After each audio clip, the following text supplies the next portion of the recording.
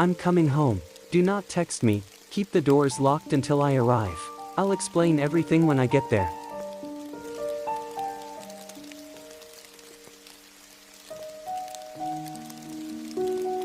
Please don't read this post in public. Disclaimer, please don't listen this video in public. Don't listen to it on a computer or an iPad, or any large screen for that matter. Even if you live alone, don't sit with your back facing a larger room. If someone or something was particularly good at hiding, slender, quiet and quick, they could easily be in the same room as you, peering in through a window, or tucked behind the furniture. Ideally listen to it your phone, lying on your back, with the screen no less than 6 inches from your face. Please keep the lights on, it makes it harder for them to get close to you. Think about whether you heard something out of the ordinary in the last few hours, such as a creak in the floorboards, the knock of something bumping into furniture, or a door inexplicably opening or shutting. If you have, please close YouTube and stop listening. There is a good chance something is watching you. I live in Auckland, New Zealand. Me and my girlfriend live in uni accommodation in the city. I lost contact with my high school friends, so practically my entire friend group lives in the same building. The uni dorms are very large, very full and, unsurprisingly, very loud. It's common to see and hear drunk students and party guests throughout the halls at night. You begin to tune it out over time and stop paying attention. Perhaps that's why they were less careful around us. Anyway, orientation week was coming up and my mates and I thought it would be a good night to go out clubbing. I don't know if it's the same everywhere else, but all the nightclubs here treat orientation like it's Christmas. Toga parties, angel and devil nights, the whole lot. The rest of my group chat hardly ever even replies to messages like this, but I can always count on Ethan and Andre to come out to town. So last Wednesday, we headed to Sapphire. Personally, I'm not the biggest fan of Sapphire, it's always too crowded, and there's no seating whatsoever, but Andre was set on going to this gig tonight, so me and Ethan kind of just followed. We got into the club with no problem as we had only a few pre-drinks. I thought I saw someone cut in front of us as the bouncer was checking our IDs. But they couldn't have. There was another bouncer on the other side who didn't seem to see anything, so I didn't really react to it. Andre went off to mosh while me and Ethan went to order drinks. Ethan orders a beer, I order a Jaeger bomb. Just as the bartender hands me my drink, I hear Ethan's voice next to me. Is that dude staring at us? I paid no attention to Ethan, I didn't even look around, as I was too busy paying the bartender. I didn't really even take in his words because I was too busy wondering how a shot of Jaeger and Red Bull could combine to cost $12. But before I could reply, a full bottle of beer shattered around my feet. Ethan's beer. I flicked around to see what had happened. Ethan wasn't stupid, and he wasn't drunk. Had someone knocked it out of his hand? But Ethan was gone. At first, I assumed he had just headed into the mosh pit to hang out with Andre. But then the bartender spoke up. Did you see that? She laughed, before looking around confused. See what? I replied, a bit bewildered by the whole situation. She replied, I swear I just saw someone run into your mate.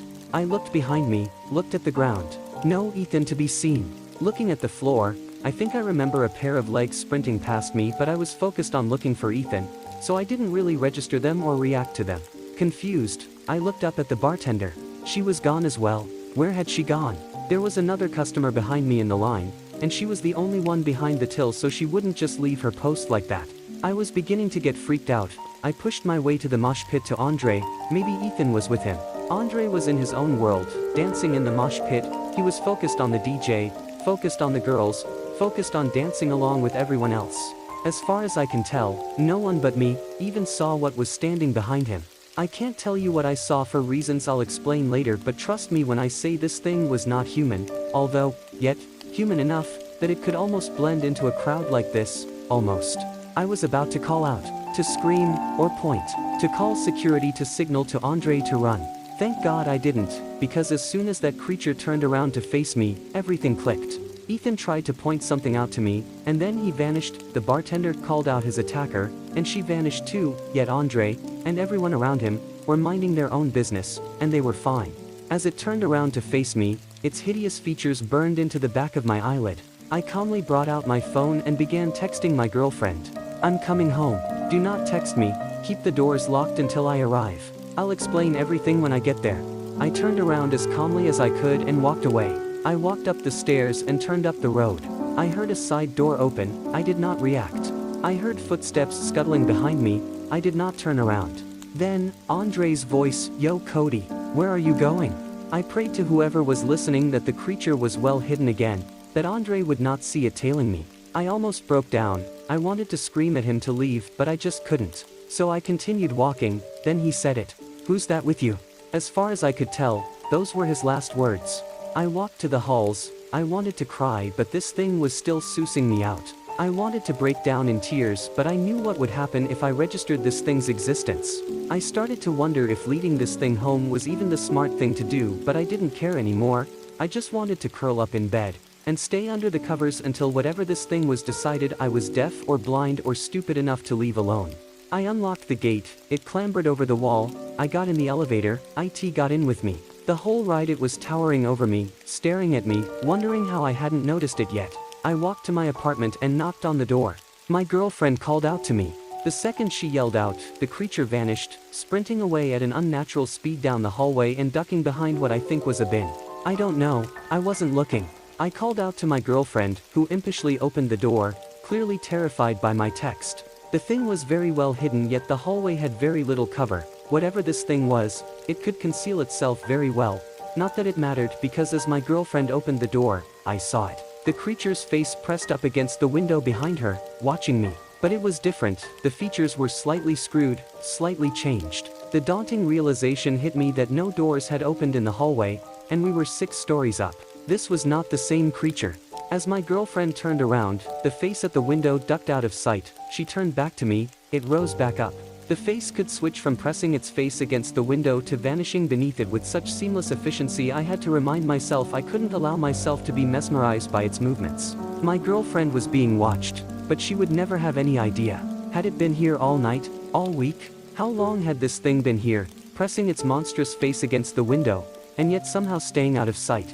I quietly explained to her what had happened, starting by explaining that she couldn't react to what I said no matter what, then explaining the creature's details, what it looked like. Maybe it was stupid, but I had never been more stressed and confused in my life, and I just wanted someone to talk to. She calmly gulped, a tear rolled down her face. She wandered over to the cupboard and started sifting through papers. I wondered if she even believed me, or whether she was just taking my act natural advice very seriously. But then she pulled out the drawing. A child's drawing. Her childhood drawing. A young girl, surrounded by at least half a dozen tall inhuman figures. I didn't get a good look. 1 second she was there in the hallway, the next I couldn't even recognize her corpse. A third creature stood in her place, her lifeless body broken and bloodied on the carpet. Her arms and legs were mangled and twisted like broken twigs, her face, unidentifiable. If you were hoping to get a proper description of these things, I'm sorry. Now you know why that isn't going to happen. I would rather die than allow someone to recreate that drawing. God forbid someone ever posts a sketch of this thing on the internet. Terror doesn't even begin to describe what I was feeling, face to face finally with this thing. But it got worse when I heard the window shatter, and the door break down. All 3 creatures, standing in my dining room, staring down at me as I sat, staring at my girlfriend's mutilated corpse. The creatures stood and waited, and waited, and waited, until finally I stood up, walked over to the fridge, took out a beer, sat right back down in my chair, and drank it calmly. I don't know what kind of primal willpower I had in that moment, what kind of drive or mental strength I had during the worst minutes of my life. But after I did, the creatures left. In the blink of an eye, the body had been removed, and the blood was cleaned up. A few days later I was called into the station to help clear the air about my missing friends. I told them very little. Ethan, Andre, and my girlfriend have all gone down among ever-growing list of missing people. I wonder how many others are missing for the same reason, how many innocent people are in jail, blamed for these monsters' crimes. I needed to make this post. I need to let people know, they no longer hide from me. They are everywhere. You couldn't possibly comprehend how many you walk past every day, how many are watching you as you drive to work. You have no idea how many dark corners they lurk in, and how many windows they stand outside. You haven't seen how many roofs they cling to, the crowds they stand among. If you share this to your loved ones, make sure they read it lying down. Remind them to read it on a phone and tell them to hold the phone no less than 6 inches from their face. Because more often than not, you are not alone.